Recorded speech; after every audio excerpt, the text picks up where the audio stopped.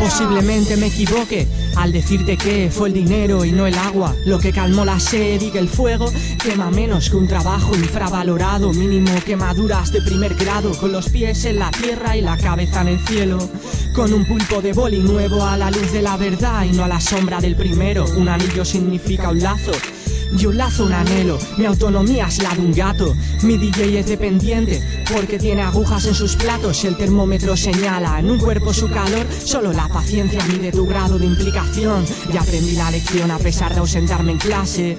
Al final acabas en foso y sus fases. Mi reacción es la de alguien corriente, podría estar ausente en coma, pero no es mi punto fuerte que trastorna.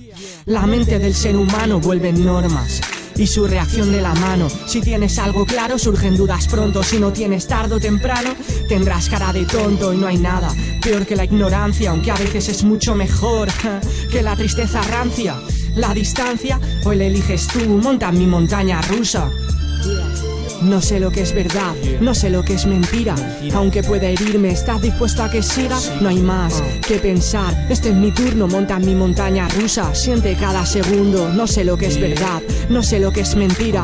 Aunque pueda herirme, ¿estás dispuesto a que siga? No hay más que pensar, este es mi turno, monta en mi montaña rusa. Siente cada segundo, me levanto, me machaco, la risa no es de mi equipo. Me caigo, me levanto, a veces ni yo me lo explico. Si no lo consigo, chico, no me mires mal. Hace tiempo que tu opinión sobre mí me da igual, que con más rayas que el Excel se encuentra mi asiento. Una por cada lágrima llorada por dentro, polvo al viento, problema cemento, ¿verdad? Como que los buenos amigos siempre están en malos momentos. ¿Tengo no razón? No voy a ser yo quien comience la discusión en acción.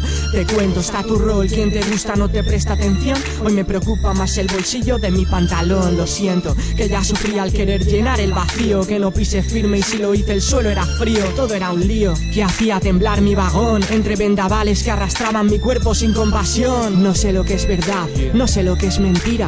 Aunque pueda herirme, ¿estás dispuesto a que siga? No hay más que pensar, este es mi turno, monta en mi montaña rusa. Siente cada segundo, no sé lo que es verdad, no sé lo que es mentira. Aunque pueda herirme, ¿estás dispuesto a que siga? No hay más que pensar, este es mi turno, monta en mi montaña rusa. Siente cada segundo.